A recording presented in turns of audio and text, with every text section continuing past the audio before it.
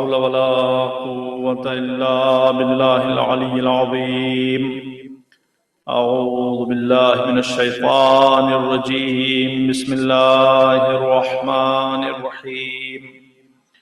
الحمد لله رب العالمين، والصلاة والسلام على أشرف الأنبياء والمرسلين، حبيب إله العالمين سيدنا ومولانا أبي القاسم محمد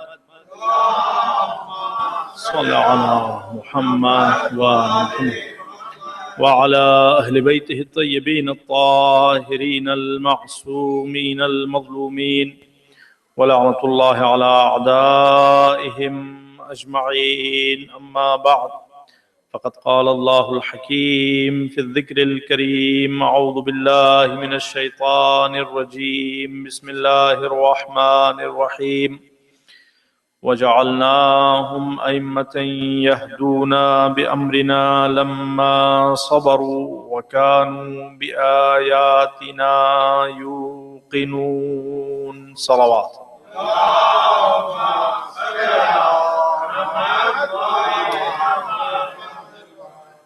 سب سے پہلے آپ تمام حضرات کی خدمت میں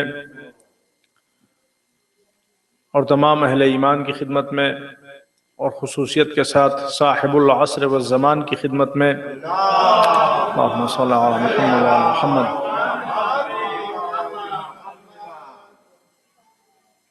امام علی نقی علیہ السلام، امام مہدی کے جد بزرگوار اللہم صلی علی محمد وعلی محمد کی ولادت باسعادت کی مبارکباد پیش کرتے ہیں، اور خداوند متعال کی بارگاہ میں دعا کرتے ہیں کہ وہ اس ولادت باسعادت کے طفیل میں امام زمانہ کے ظہور میں تعجیل فرمائے، اور ہم سب کو اہل بیت علیہ السلام خصوصاً امام زمانہ کے سچے اعوان و انصار میں شمار فرمائے۔ جو آیت کریمہ ہم نے آپ کے سامنے پڑھی، اس میں ارشاد رب العزت ہے کہ ہم نے کچھ شخصیتوں کو، اپنے کچھ برگزیدہ بندوں کو امام بنایا ہے۔ یہدون بامرنا لما صبروا، ان کی پہلی کوالٹی یہ ہے کہ یہ ہمارے حکم سے ہدایت کرتے ہیں، اپنی مشیت سے، اپنے منشا سے، اپنے مزاج سے، اپنے دماغ سے کام نہیں کرتے، بلکہ جو ہم کہتے ہیں وہ کرتے ہیں۔ لما صبروا، اور ان کی زندگی کی دوسری اہم خصوصیت یہ ہے کہ ان کی زندگی میں صبر ہی صبر دکھائی دے گا، اور تیسری خصوصیت یہ ہے وَكَانُوا بِآيَاتِنَا يُوقِنُونَ، یہ یقین کی اس منزل پہ فائز ہوں گے کہ کائنات کے تمام انسان قیامت تک ان کے در سے یقین کی خیرات پاتے رہیں گے۔ جب ہم امام علی نقی علیہ السلام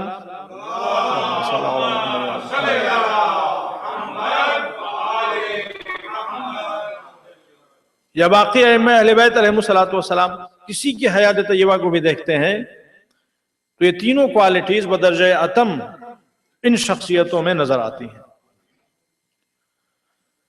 ہمارے 10ویں امام علی نقی علیہ السلام ابھی 2 دن پہلے گفتگو ہوئی، اللہم صلی علی محمد وعلی محمد، اور امام کی حیات طیبہ کی ایک چیپٹر جو آپ کا علمی طریقہ کار رہا ہے اور علمی شاہکار رہا، اس پر ہم نے مختصر روشنی ڈالی، اور آج بھی اس حوالے سے صرف ہم ایک پوائنٹ عرض کرنا چاہیں گے کہ امام کا ایک علمی شاہکار ہمارے درمیان موجود ہے۔ باقی چیزیں جو کتابوں میں ہیں وہ اپنی جگہ کے اوپر، لیکن امام کا ایک علمی شاہکار خود ہمارے اپنے درمیان موجود ہے، ہمارے اپنے گھروں میں موجود ہے۔ کوئی بتائے وہ کون سی چیز ہے اور کس چیز کی طرف ہم اشارہ کرنا چاہتے ہیں؟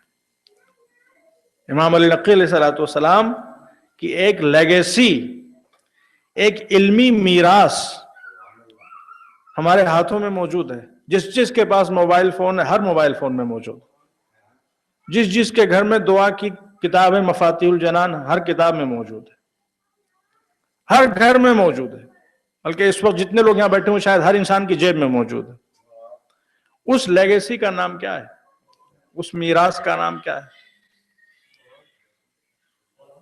قرآن تو اللہ کی میراث ہے، اللہ کی کتاب ہے۔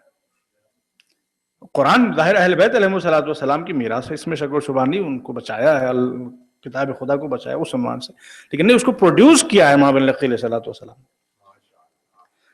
جس چیز کی طرف ہم اشارہ کرنا چاہتے ہیں وہ چیز ہے کہ جو امام کا پروڈکشن ہے، جو خود امام کا ورک ہے،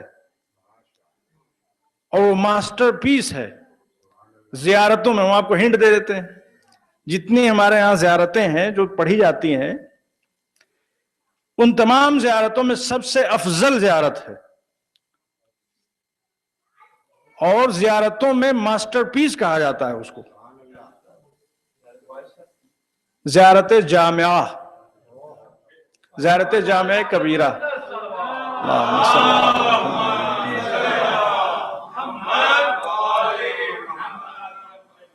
اس کو کہا جاتا ہے زیارت جامعہ کبیرہ۔ معاف کیجیے میں ٹیسٹ نہیں لینا چاہتا کسی کا، لیکن اس کا فائدہ یہ ہوتا ہے کہ پھر وہ چیز ذہن میں ہمیشہ بیٹھ جاتی ہے اور محفوظ رہ جاتی ہے۔ تو زیارت جامعہ کبیرہ، جامعہ کا مطلب ہی ہوتا ہے کمپریہنسو۔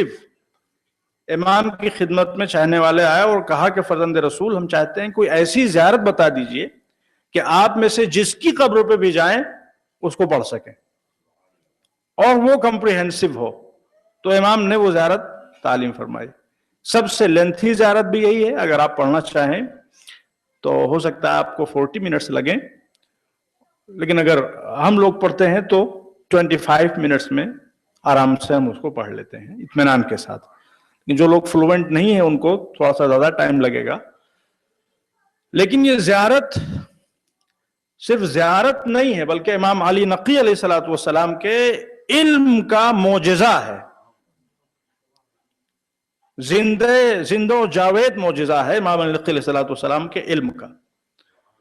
رسول اللہ کی مشہور حدیث کیا ہے؟ من مات ولم یعرف امام زمانہ مات میتۃ جاہلیہ۔ اور یہ امام علی نقی علیہ السلام کا میں سمجھتا ہوں بہت بڑا کنٹریبیوشن ہے اسلام اور ایمان کے سلسلے میں۔ حضور کی حدیث کیا ہے کہ جو مر جائے اور اپنے زمانے کے امام کی معرفت نہ رکھتا ہو وہ جہالت کی موت مرتا ہے اور جاہلیت کی موت مرتا ہے، کفر کی موت مرتا ہے۔ لیکن امام کی معرفت ہے کیا؟ رسول اللہ نے اپنے انداز میں جہاں تک دامن وقت میں گنجائش تھی، جو لوگوں اندر کیپیسٹی تھی، اس کے مطابق بیان فرمایا۔ اور جو باقی ائمہ اہل بیت علیہم السلام ہیں، انہوں نے رسول اللہ کے جو زندگی تھی اس کو ایک طرح سے اکمپلش کیا، اس کو سپلیمنٹ کیا ہے، اس لیے کہ حالات کچھ ایسے تھے کہ رسول اللہ کے پاس وقت نہیں تھا زیادہ، اور طرح طرح کے مسائل تھے، تو اس میں رسول اللہ کو دین کو کما حقہ جس طرح سے ایکسپلین کرنا چاہتے ان ڈیٹیل قیامت تک کی نسلوں کے لیے۔ آپ دیکھیے بہت سے مسائل ایسے ہیں کہ جو رسول اللہ کی زندگی میں درپیش ہی نہیں تھے، اور رسول اللہ کی زندگی میں لوگ سمپل طور پہ مسلمان ہوئے تھے، ظاہری اعتبار سے اسلام رسول اللہ کا کام تھا اسلام کو لوگوں تک پہنچا دینا، اور پھر اہل بیت علیہم السلام کی ذمہ داری تھی اسلام کو صحیح طریقے سے اسٹیبلش کرنا اور اسلام کی معرفت لوگوں کے دلوں میں اتارنا۔ تو جو رسول اللہ کا کام تھا وہ انہوں نے کیا، اور باقی جو کام اہل بیت علیہم السلام کا تھا، اہل بیت وہی ہے جو رسول اللہ ہے، کوئی فرق نہیں ہے، اہل بیت کا کام تھا اس مشن کو کمپلیٹ کرنا۔ تو رسول اللہ نے یہ بات کہی کہ جو اپنے زمانے کے امام کی معرفت حاصل نہ کر سکے وہ جاہلیت کی موت مرتا ہے، کفر کی موت مرتا ہے۔ لیکن امام کی معرفت ہے کیا چیز؟ امام کی شان کیا ہے؟ امام کا مقام کیا ہے؟ کس طرح سے ہم امام کو پہچانے؟ سورس کیا ہے؟ ان تمام سوالوں کا جواب زیارت جامعہ۔ امام کی معرفت کا، وہ امام جو اللہ کی طرف سے منتخب کیا گیا، اس کی معرفت کا اس سے بہتر کوئی سورس ہے ہی نہیں۔ آپ اس کو پڑھیے، ٹرانسلیشن کے ساتھ پڑھیے، اردو ترجمہ، انگلش ترجمہ سب موجود ہے انٹرنیٹ وغیرہ یوٹیوب پہ، پھر آپ کو خود پتا چلے گا کتنی گہرائیاں ہیں۔ گہرائیوں تک تو ظاہر سی بات ہے بڑے بڑے نہیں پہنچ سکتے، تو ہم جیسوں کی کیا بات ہے اور مومنین کی کیا بات ہے، لیکن بہرحال ہر مومن کی ذمہ داری کہ ایٹ لیسٹ ایک مرتبہ، خاص طور سے سال میں جو امام علی نقی علیہ السلام کی ولادت باسعادت آئے یا شہادت آئے، تو ایٹ لیسٹ اس زیارت کو ایک مرتبہ پڑھنا چاہیے. آپ پڑھیں دیکھیں ائمہ اہل بیت علیہ السلام کیا ہیں، ان کا مقام کیا ہے، ان کی منزلت کیا ہے، ان کی شان کیا ہے، اور ان کا علم کیا ہے. یہ تمام چیزیں امام نے اس زیارت میں بیان فرمائی. معرفت اہل بیت کا، معرفت امام کا بیسٹ سورس زیارت جامع کبیرہ. ایک صلوات پڑھیں محمد وآلہ.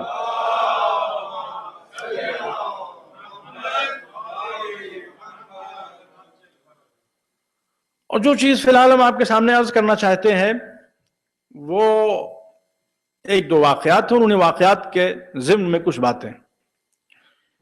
امام نقی علیہ السلام آپ کے حیات طیبہ کل 40 ایئرس. آپ پیدا ہوئے 214 ہجری میں. آپ پیدا ہوئے 214 ہجری میں، 5 رجب المرجب 214، اور آپ شہید ہوئے 3 رجب المرجب 254، 54، یا ایک روایت کے مطابق 15 ذی الحجہ 254. بہرحال تو یہ امام کی حیات طیبہ 40 ایئرس. اور اس 40 ایئرس کے پیریڈ میں جو سب سے بڑا ڈکٹیٹر گزرا ہے بنو عباس کا، یزید جس کو کہا جاتا ہے. 2 یزید گزرے ہیں، ایک بنی امیہ میں اور ایک بنی عباس میں. جو بنی امیہ کا یزید ہے وہ یزید ابن معاویہ ہے، اور جو بنی عباس کا یزید ہے وہ متوکل ہے. یہ یزید سے بھی کہیں زیادہ عیاش تھا، یزید سے بھی کہیں زیادہ شراب خور تھا. اب اس کے عیاشی کے بارے میں کیا کہا جا سکتا، تفصیلات سب تاریخ میں موجود ہیں، انشاءاللہ پھر کبھی عرض کریں گے. فی الحال صرف ایک پوائنٹ اس کی عیاشی کے لیے، 4000 کنیزیں اس کے دربار میں ہوتی تھی. 4000 کنیزیں. آپ سوچیے، ایک طرف اس زمانے میں لوگوں کے گھروں میں فقر و فاقہ تھا، ہر طرح کی پرابلم تھی، لوگ ایک روٹی کے عوض اپنا دین اور ایمان بیچ رہے تھے. 4000 کنیزیں اس عیاش کے دربار میں رہا کرتے. سوچیے کتنی بڑی جگہ اس کو بنانی پڑی ہوگی، کتنا بڑا ایریا اس کو ایکوائر کرنا. 4000 عورتوں کو فیسیلیٹیٹ کرنے کے لیے، رکھنے کے لیے. یہ اس کی عیاشی کی ایک مثال. اور ہمیشہ شراب کے نشے میں دھت رہا کرتا تھا. اور ایک نمبر کا خوخار، جیسا کہ ہم نے عرض کیا تھا کہ 47 ٹائمز امام حسین علیہ السلام کی قبر مطہر کو مٹانے کی باقاعدہ طور پہ اس نے پوری کوشش کی. تو ایسے امام کے، ایسے ظالم و جابر حاکم کے دور میں امام علی نقی علیہ السلام زندگی گزار رہے تھے.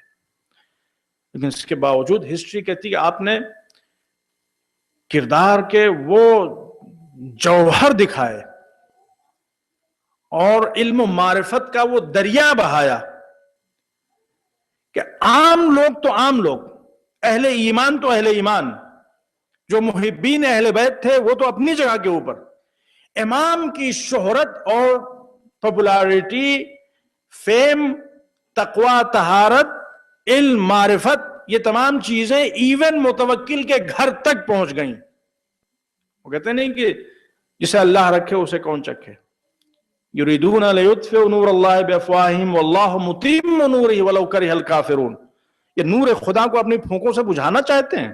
یہ چاہتے ہیں کہ اہل بیت علیہ السلام کو سپریس کر دیں، دنیا کو ڈارکنس میں رکھیں، کسی کو پتہ نہ چلے کہ اہل بیت کون تھے، ان کی شان کیا تھی، ان کی عظمت کیا تھی.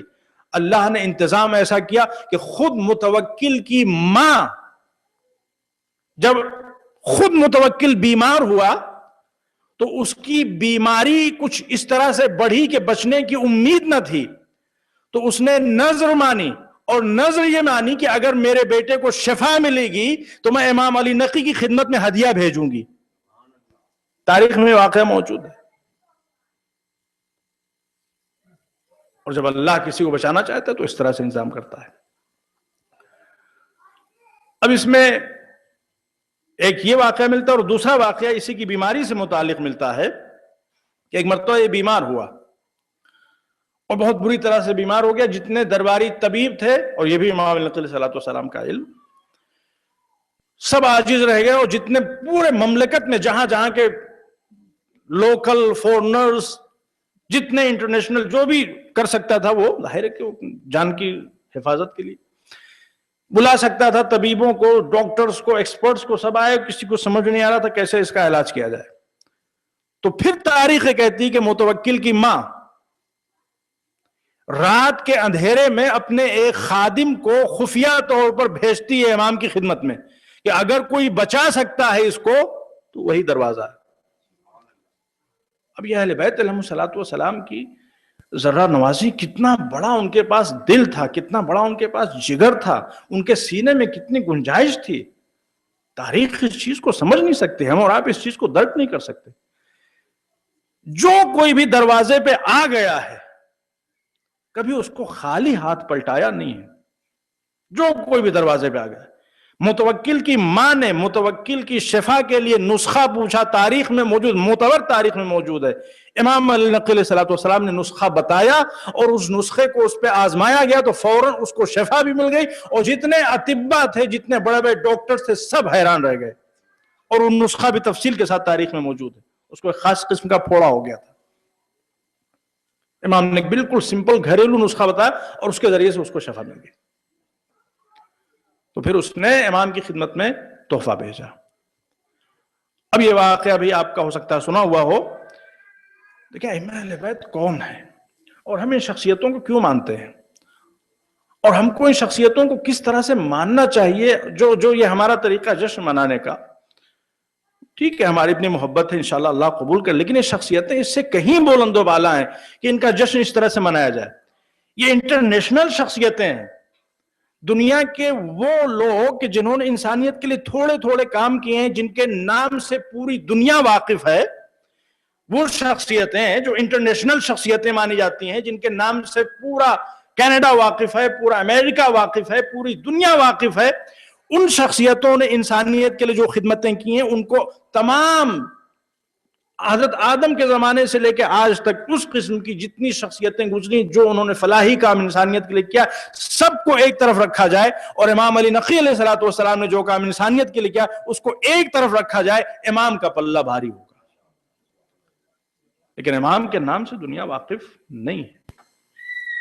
امام کا جشن ہم یہاں پہ 100 لوگ بیٹھ کے منا رہے ہیں. کتنی وسعت تھی، کتنے لیسنز ہیں، کتنے مورلز ہیں جو ان شخصیتوں سے ہم سیکھ سکتے ہیں. یہ کوئی معمولی بات نہیں ہے کہ متوکل جیسے ڈکٹیٹر کو امام نسخہ شفا بتا رہے ہیں. یہ بہت بڑی بات ہے، اس پہ انسان سوچتا رہے. تو اس نے بہرحال گفٹ بھیجا. اب دیکھیں ظالم کیسا تھا. یہ تاریخ کہتی کہ بار بار اس نے امام علی نقی علیہ الصلوۃ والسلام کے گھر کی تلاشی لینے کا ریڈ باقاعدہ طور پہ بار بار.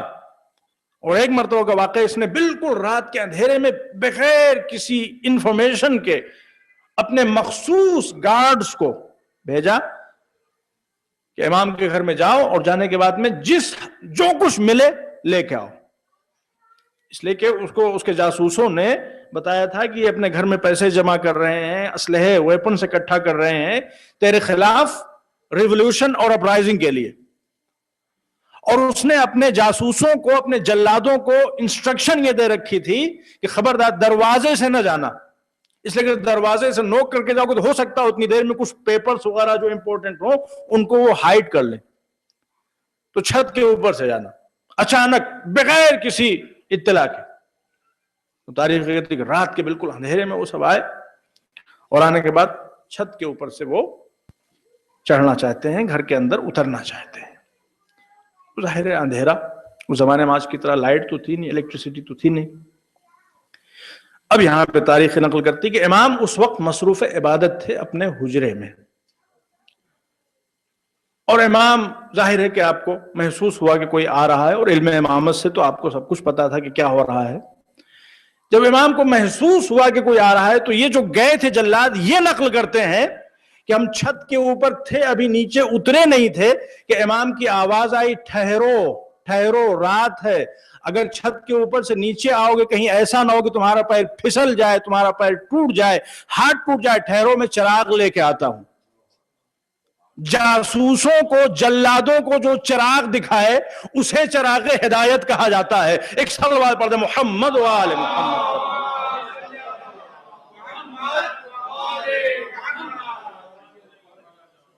یہ اہل بیت علیہ السلام کا کردار ہے.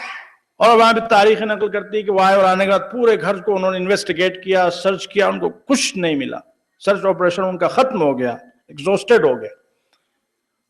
ان کو ملی تو کچھ دعاؤں کے پیپرز ملے، ایک قرآن مجید ملا، دعاؤں کے کچھ پیپرز ملے، اور امام ایک چٹائی پہ بیٹھ کے عبادت کر رہے تھے. اور ان کو جو ایک چیز ملی متاع دنیا میں سے، وہ ایک تھیلی ملی، ایک ان کو بیگ ملا، پرس ملا. اور وہ یہ دیکھ کے حیران رہ گئے کہ اس کے اوپر متوکل کی ماں کی مہر لگی ہوئی ہے. وہ ابھی وہ بیگ ٹائٹ ہے. اس زمانے میں ایک طریقہ ہوتا تھا، چاہے وہ درہم ہو چاہے دینار ہو، اس کو رکھنے کا، اس کو رکھ کے ٹائٹ کے اس کے اوپر ایک طرح سے مہر لگا دی جاتی تھی. تو وہ چیز ان کو ملی تو وہ دیکھ کے بالکل حیران رہ گئے. اور پھر اس کے بعد میں اس کو لے کے وہ لوگ گئے متوکل کے پاس. اور جب متوکل نے اس چیز کو دیکھا تو حیران، اور اپنی ماں بلایا اور بلا کے کہتا مادر گرامی یہ کیا ہو رہا ہے؟ آپ ہمارے دشمن کی، سب سے بڑے دشمن کی مدد کر رہے ہیں. تو متوکل کی ماں نے بتایا کہ اگر آج تو اس تخت پہ بیٹھا ہوا ہے، زندہ ہے، سانس لے رہا ہے، تو انہی کا صدقہ ہے. تو یہ امام علیہ السلام کا کردار ہے، یہ عظمت کردار. یہ ایک نمونہ. اور جو دوسری بات میں عرض کرنا چاہتا ہوں، اور اب اس سے زیادہ دامن وقت میں گنجائش نہیں، کہ اسی متوکل کے پیریڈ کا واقعہ ہے کہ ایک خاتون نے سپرسٹیشنز، خرافات تو ظاہر ہمیشہ سے دنیا میں رہے ہیں، اس نے یہ کلیم کر دیا کہ میں مولا علی شیر خدا کی بیٹی زینب کبریٰ ہوں. کہیں سے آئی اور اس کو کوئی نہیں جانتا تھا اس شہر میں، تو آ کے اس نے یہ کلیم کر دیا کہ میں مولا علی شیر خدا علی مرتضیٰ کی بیٹی زینب کبریٰ ہوں، اور میں اس دنیا سے اٹھا لی گئی تھی، اللہ نے مجھے پھر سے زندہ کیا ہے، اور اب میں تمہارے درمیان آئی ہوں. ایک نئی مصیبت کھڑی ہو گئی. کیا اس کا کیا سولوشن؟ اب جتنے درباری ملا ہیں وہ چالاک عورت، تو جو دلیلیں بھی لانا چاہتے ہیں وہ کسی طرح سے وہ کوئی اس کو قانع نہیں کر پا رہا ہے کہ وہ جھوٹ بول رہی، اور اس کی بات چاروں طرف پھیلتی جا رہی ہے، اور ایک ہنگامہ مچا ہوا ہے چاروں طرف. تو آخر میں کچھ لوگوں نے کہا کہ دیکھو یہ جس گھر کی بات ہے اس گھر کے علاوہ کوئی اور اس کو حل نہیں کر سکتا اس مسئلے کو. وہ کلیم کر رہی ہے کہ میں زینب ہوں، تمہارے پاس ایسی کوئی دلیل نہیں ہے کہ تم اس کو ریجیکٹ کر سکو، کوئی سبسٹینشل آرگومنٹ تمہارے پاس نہیں، جتنے تمہارے درباری مولوی اور مفتی ہیں. تو بہتر یہ ہے کہ اس مسئلے کو اسی گھر تک پلٹا دیا جائے جس گھر کی باتیں کر رہی ہے. تو نہ چاہتے ہوئے بھی مجبوراً بلانا پڑا امام علیہ السلام کو. اور یہ ہمیشہ سے سنت رہی ہے ان بادشاہوں کی اور ان ڈکٹیٹرز کی، ان ظالموں کی، کہ حکومت پہ تو انہوں نے قبضہ کر لیا، لیکن نعمت علم سے چونکہ محروم رہے، نعمت علم سے انہیں اللہ نے محروم رکھا اور اہل بیت کو نعمت علم سے نوازا، تو یہ سب کچھ رکھتے ہوئے بھی ہمیشہ در اہل بیت کے فقیر رہے، اور وہ سب کچھ نہ رکھتے ہوئے بھی ہمیشہ ان کے امیر رہے.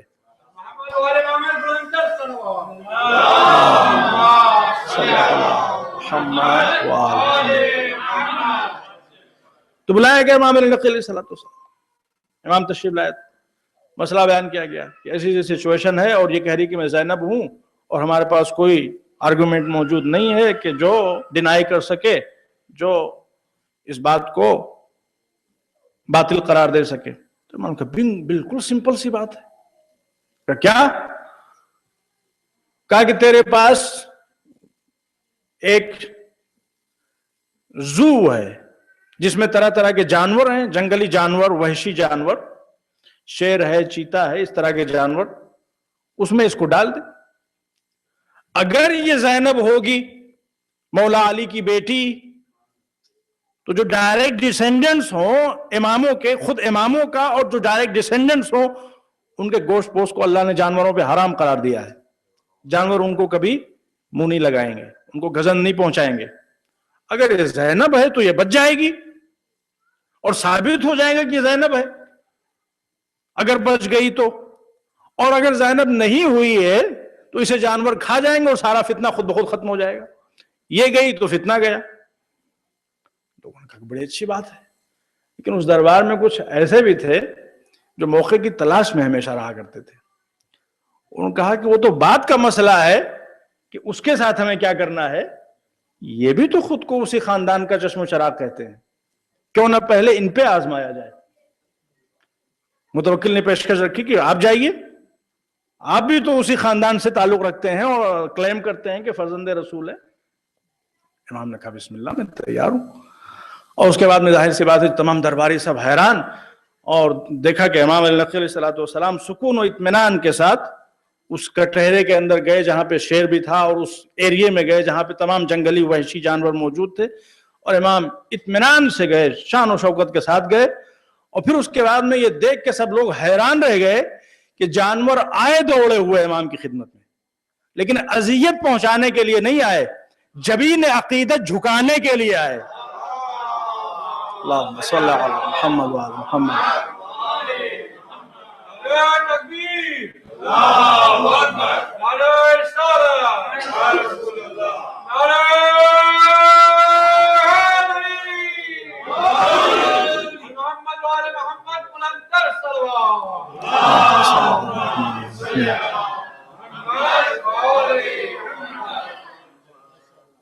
جانوروں کی بھی اس دن میں سمجھتا ہوں جس کو اردو میں کہتے ہیں چاندی ہو گئی ہوگی. موقع مل گیا ان کو امام کی پابوسی کرنے کا، امام کے قدموں کو بوسہ دینے کا. جانوروں نے آ کے اپنے اپنے سر امام کے قدموں پہ رکھے اور امام نے ان کے سروں پہ دست شفقت پھیرا. یہ منظر دیکھ کے جتنے لوگ تھے سب حیران رہ گئے، سب حیران رہ گئے. اور پھر اس کے بعد متوکل کی طرف سے خصوصی طور پہ لوگوں کو انسٹرکٹ کیا گیا، لوگوں کو حکم دیا گیا کہ خبردار یہ دربار کی بات ہے، اس کو دربار سے باہر نہیں جانا چاہیے. ٹیمپریری طور پر تو ہو سکتا ہے کامیاب ہو گیا، لیکن اللہ کا انتظام کہ اللہ جس کو بلند کرنا چاہتا ہے اس کے تذکرے کو وہ خود بخود عام کر دیتا ہے. اور آج امام علی نقی کے حوالے سے یہ واقعہ تاریخ کی زینت بنا ہوا ہے، اور جو کوئی بھی امام علی نقی علیہ السلام کی زندگی لکھتا ہے اس واقعے کو ضرور نقل کرتا ہے. اور پھر اس کے بعد میں ظاہر سی بات ہے وہ جو خاتون تھی، جب اس کے سامنے بات رکھی کہ اسے جانوروں کے سامنے جانا ہے تو وہ ہاتھ پر جوڑنے لگی، کانپنے لگی کہ میں معافی چاہتی ہوں، میں زینب نہیں ہوں اور میرا کوئی تعلق نہیں. تو وہ مسئلہ بھی ختم ہو گیا. تو یہ اہل بیت علیہ السلام کا کردار ہے. جب دیکھیں جانوروں نے حقیقت میں اہل بیت علیہ السلام کو کبھی نقصان نہیں پہنچایا ہے. انسانوں نے اہل بیت علیہ السلام کو تکلیف پہنچائی ہے، لیکن جانوروں نے اہل بیت علیہ السلام کے حق میں کبھی گستاخی نہیں کی ہے. بہت سے مقامات ایسے دکھائی دیتے ہیں جہاں جانور انسانوں سے افضل دکھائی دیتے ہیں. قرآن میں اللہ نے آیت نازل کی وَلَقَدْ ذَرَأْنَا لِجَهَنَّمَ كَثِيرًا مِّنَ الْجِنِّ وَالْإِنسِ لَهُمْ قُلُوبٌ لَا يَفْقَهُونَ بِهَا وَلَهُمْ أَعْيُنٌ لَا يُبْصِرُونَ بِهَا وَلَهُمْ آذَانٌ لَا يَسْمَعُونَ بِهَا. ہم جن و انس کی کثیر تعداد کو واصل جہنم کریں گے. یہ وہ لوگ ہوں گے کہ جن کو ہم نے آنکھیں دی تھی مگر دیکھتے نہیں تھے، کان دیے تھے مگر سنتے نہیں تھے، عقلیں دی تھی مگر غور و فکر نہیں کرتے تھے. اور پھر اس کے بعد جو لفظ استعمال کیا وہ یہ اولئک کالانعام، یہ وہ لوگ ہیں کہ جو جانوروں کے معنی میں بل ہم اضل، بلکہ جانوروں سے بھی کہیں زیادہ گئے گزرے ہیں. جانوروں نے ہمیشہ اہل بیت علیہ السلام کا احترام کیا. اب آپ خود ہی فیصلہ کر لیجئے کہ جانور جن شخصیتوں کا احترام کر رہے ہوں، ان شخصیتوں پر جو انسان خود کو انسان کہتے ہوئے ظلم کر رہے ہوں، ان کو کس کٹہرے میں رکھا جائے گا؟ یہ جانور افضل ہوئے یا اس طرح کے انسان افضل ہوئے؟ جانور تو پابوسی کر رہے ہیں، احترام کر رہے ہیں، جبین عقیدت جھکا رہے ہیں، اور خود کو انسان کہنے والے ان شخصیتوں پہ ظلم کر رہے ہیں، انہیں ظلم و تشدد کا نشانہ بنا رہے ہیں. خود ہماری اپنی زندگیوں میں آپ دیکھ لیجئے بہت سے ایسے مقامات ہیں کہ جہاں پہ جانور انسانوں سے بہتر دکھائی دیتے ہیں. پتہ نہیں آپ لوگوں نے کبھی اس چیز کو محسوس کیا ہے کہ نہیں، یا دیکھا ہے کہ نہیں دیکھا ہے. ہم نے دیکھا ایودھیا ایک جگہ ہے جہاں پہ بابری مسجد تھی. وہ جگہ بابری مسجد کے عنوان سے بھی مشہور ہے اور بندروں کے اعتبار سے بہت مشہور جگہ ہے. شاید سب سے زیادہ انڈیا میں بندر جس شہر میں پائے جاتے ہیں وہ ایودھیا ہے. اس کا راستہ ہمارے شہر سے بالکل جب کبھی بھی اپنے علاقے میں جاتے ہیں ادھر سے ہو کے جاتے ہیں. ہزاروں کی تعداد میں بندر وہاں ہیں، شاید لاکھوں کی تعداد میں ہو. کسی ایک بندر کو مار کے دیکھیے آپ. خدا نہ خواستہ کبھی کوئی ایسا ہوتا ہے کہ سڑک پہ گاڑیاں چل رہی ہوں، بندر آ گیا اور گاڑی نے اس کو کچل دیا، مر گیا. ایک بندر کا مرنا کیا ہوگا کہ وہاں پہ راستہ جام ہو جاتا ہے، ٹریفک جام لگ جاتا ہے، وہ بندر ہٹتے نہیں، گھیر لیں گے آ کے، اور جتنے ہوں گے سب آ جائیں گے. اور پھر ان کے بہرحال اپنے طور طریقے ہیں کس طرح سے وہ کیا کرتے ہیں، تو کافی دیر تک وہاں پہ وہ سب رکے رہیں گے. تو ایک بندر کو ماریے تو دوسرے تمام بندر خیر خواہی کے لیے، سپورٹ کے لیے آگے جمع ہو جائیں گے، گھیر لیں گے. اور اگر کوئی مار رہا ہو بندر کو تو اس وقت بھی جتنے بندر ہوں گے سب آگے جمع ہو جائیں گے اس کو بچانے کے لیے. بندروں کا مزاج ہے. کووں کو آپ دیکھ لیجئے، کوے جو ہوتے ہیں کروز، ایک کوے کو مار دیجئے، دیکھیے آپ کو یہاں کوئی کوا نہیں دکھائی دے رہا، یہاں پہ کوئی کوا ہو، ایک کوے کو مار دیجئے آپ. جو دو چار کوے ادھر ادھر دکھائی دیں، کاؤں کاؤں کریں گے، ایک مرتبہ شور مچائیں گے، تمام جتنے اس ایریے کے کوے ہیں وہ سب جمع ہو جائیں گے خیر خواہی کے لیے، ہمدردی کے لیے. بندروں میں اس حد تک شعور پایا جاتا ہے، کووں میں اس حد تک شعور پایا جاتا ہے، کیا انسانوں میں بھی یہ شعور پایا جاتا ہے؟ اگر کہیں پہ کوئی پرابلم ہوتی ہے، گڑبڑی ہوتی ہے، جھگڑا ہوتا ہے، لڑائی ہوتی ہے، تو انسان جمع ضرور ہوتے ہیں، مگر جمع ہوتے کس لیے ہیں؟ خیر خواہی کے لیے یا آگ لگانے کے لیے، آگ بھڑکانے کے لیے، تماشا دیکھنے کے لیے؟ تو کون افضل ہوا؟ کوے افضل ہوئے یا انسان؟ بندر افضل ہوئے یا انسان؟ نہ جانے کی اتنی مثالیں آپ دیکھ سکتے ہیں جانوروں کی جو انسانوں میں نہیں دکھائی دیتی. تو یہ وہ باتیں جن کو پیش نظر رکھ کے اللہ نے کہا اولئک کالانعام، اس طرح کے انسان وہ ہیں کہ جو جانوروں کے مانند بلکہ جانوروں سے بھی بدتر ہے. کتا اور بلی کی مثال، دوسرے جانوروں کے شبد، آخری بات، کتا اور بلی. اب یہاں تو یہ چیز نہیں ہوتی، لیکن بہرحال پاکستان میں اور انڈیا میں یہ چیز باقاعدہ طور پہ آپ دیکھ سکتے ہیں کہ شادی وغیرہ ہوتی تو کھانا جو بچتا ہے اس کو ادھر ادھر لوگ یہاں وہاں ڈال دیتے ہیں. تو آپ نے ہو سکتا ہے غور کیا ہوگا، کبھی کوئی کھانا سڑک پہ پڑا ہوا ہوتا ہے، کتا آتا ہے آ کے اسے کھا لیتا ہے، بلی آتی آ کے اسے کھا لیتی ہے. لیکن کبھی ہو سکتا ہے آپ نے یہ منظر بھی دیکھا ہو کہ کھانا پڑا ہوا ہے، کتا آیا سونگھا اور سونگ کے نکل گیا، بلی آئی سونگھا اور سونگ کے غائب، منہ نہیں لگایا. یہ کیا ہوا؟ کل کا کھانا کھا لیا، آج کا کھانا نہیں کھایا. کل کا کھانا اس کے لیے سوٹیبل تھا لہذا اس نے کھا لیا، اور آج کا کھانا اس کے لیے سوٹیبل نہیں لہذا اس نے نہیں کھایا. کتے اور بلی کھانے کے معاملے میں یہ جانتے ہیں کہ کون سا کھانا ان کے لیے مفید ہے، کون سا کھانا ان کے لیے مضر ہے، کون سا کھانا ان کے لیے صحیح ہے، کون سا کھانا ان کے لیے غلط ہے. جو مفید ہے وہی کھاتے ہیں، جو مضر ہے اسے کبھی نہیں کھاتے. اگر کتا اور بلی کتے اور بلی ہو کے اتنی احتیاط برتیں، مگر انسان انسان ہو کے جب کھانے کی بات آئے نہ حلال دیکھے، نہ حرام دیکھے، نہ نجس دیکھے، نہ پاک دیکھے، نہ طاہر دیکھے، نہ غیر طاہر دیکھے، نہ اپنا دیکھے نہ پرایا دیکھے، جو سامنے آئے کھاتا چلا جائے، تو انصاف سے بتائیے افضل کون ہوا؟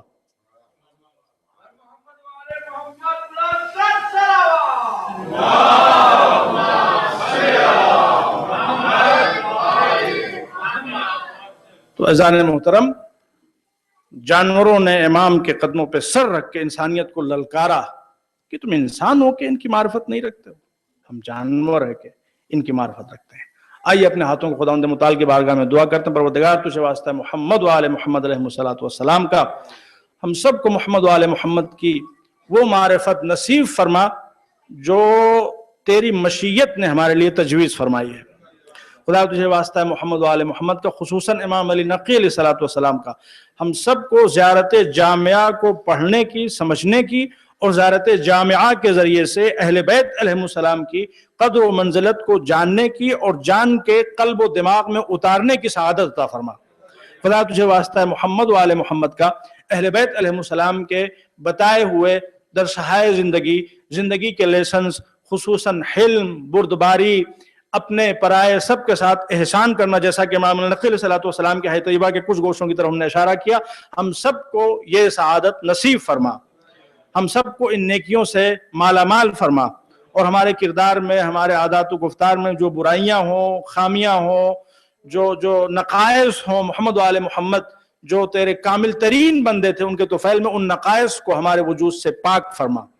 خدا تجھے واسطہ ہے محمد و آل محمد علیہ السلام کا تمام بیماروں کو شفا عطا فرما، تمام مقروضوں کا قرضہ ادا فرما، جو حج و زیارت کے مشتاق انہیں حج و زیارت کی سعادت عطا فرما۔ امام علی نقی علیہ السلام اور ہمارے دوسرے تمام ائمہ اہل بیت علیہ السلام کے مزارات مقدسہ کو صحیح و سالم رکھ، دشمنوں کے شر سے اپنی حفظ و امان عطا فرما، اور ہم سب کو مزارات مقدسہ بار بار جانے کی اور وہاں سے صحیح و سالم آنے کی اور پھر جانے کی، پھر آنے کی سعادت نصیب فرما۔ اس دنیا میں بار بار ان کی زیارت، اور اس دنیا کے بعد قبر میں، برزخ میں، محشر میں، ہر جگہ ان کی شفاعت نصیب فرما۔ ومحمد و آل محمد صلوات۔ اللہم صلی علی محمد و آل محمد۔ نماز کا وقت ہو رہا ہے، لیکن بہرحال 1 منٹ میں آج انشاءاللہ اتفاق سے شب جمعہ بھی ہے، اور امام علی نقی علیہ السلام کی ولادت کی تاریخ بھی، اور یہ ماہ رجب کی پہلی شب جمعہ، اور ماہ رجب کی پہلی شب جمعہ جیسا کہ رسول اللہ صلی اللہ علیہ وسلم کی حدیث ہے،